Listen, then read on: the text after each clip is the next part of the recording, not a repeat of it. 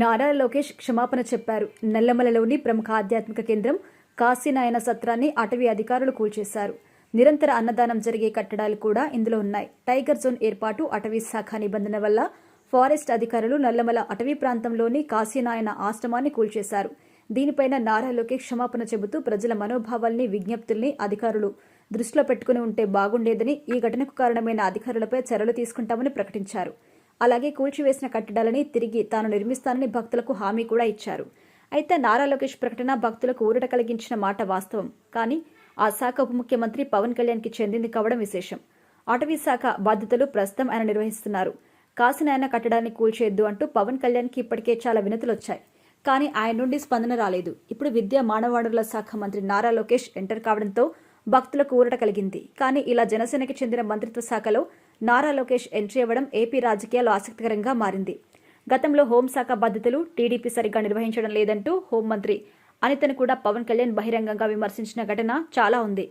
తాను గనక హోంశాఖ తీసుకుంటే పరిస్థితి వేరేలా ఉంటుందని కూడా పవన్ కళ్యాణ్ అప్పట్లో ప్రత్యర్థులకి వార్నింగ్ ఇచ్చారు. కానీ ఇలా వేరే మంత్రిత్వ శాఖ గురించి బహిరంగంగా పవన్ కళ్యాణ్ మాట్లాడడంపై అప్పట్లో పెద్ద చర్చ నడిచింది. ఇప్పుడు ఆయనకి సంబంధించిన శాఖలో నారా లోకేష్ ఎంట్రీ ఇవ్వడంపై, అది కూడా జనసేన ప్లీనరీకి ఒకరోజు ముందు ఈ పరిణామం జరగడంతో ఏపీ రాజకీయాల్లో కొత్త చర్చ మొదలైంది. కానీ ఇంత ముఖ్యమైన విషయంలో పవన్ కళ్యాణ్ ఎందుకు స్పందించలేదు అనేది కాశీనాయన భక్తులకు అర్థం కావడం లేదు. ఉమ్మడి నెల్లూరు జిల్లా బెడుసుపల్లిలో 1895లో పుట్టిన కాశీరెడ్డి బాల్యంలోనే ఆధ్యాత్మిక చింతనలో పడ్డారు. దేశంలోని అనేక తీర్థాలు, పుణ్యక్షేత్రాలు సందర్శించి కాశీనాయనగా మారారు. ఆయన పేరు మీద రాష్ట్రంలో అనేక ఆశ్రమాలున్నాయి. కడప జిల్లాలోని బద్వేలు సమీపంలో ఉన్న ఆశ్రమం అతి ముఖ్యమైంది. ఇక్కడ నిత్య అన్నదానం జరుగుతూ ఉంటుంది. దీనికి సంబంధించి ఏర్పాట్లు తాను బతికి ఉండగానే కాశీనాయన 104వ ఏళ్ల వయస్సులో 1999లో దేహం చాలించారు. ఆయన పేరు మీద అప్పటి ప్రభుత్వం ఒక మండలాన్ని కూడా ఏర్పాటు చేసింది. రాయలసీమ ప్రాంతంలో కాశీనాయనకు ఎంతో మంది భక్తులున్నారు.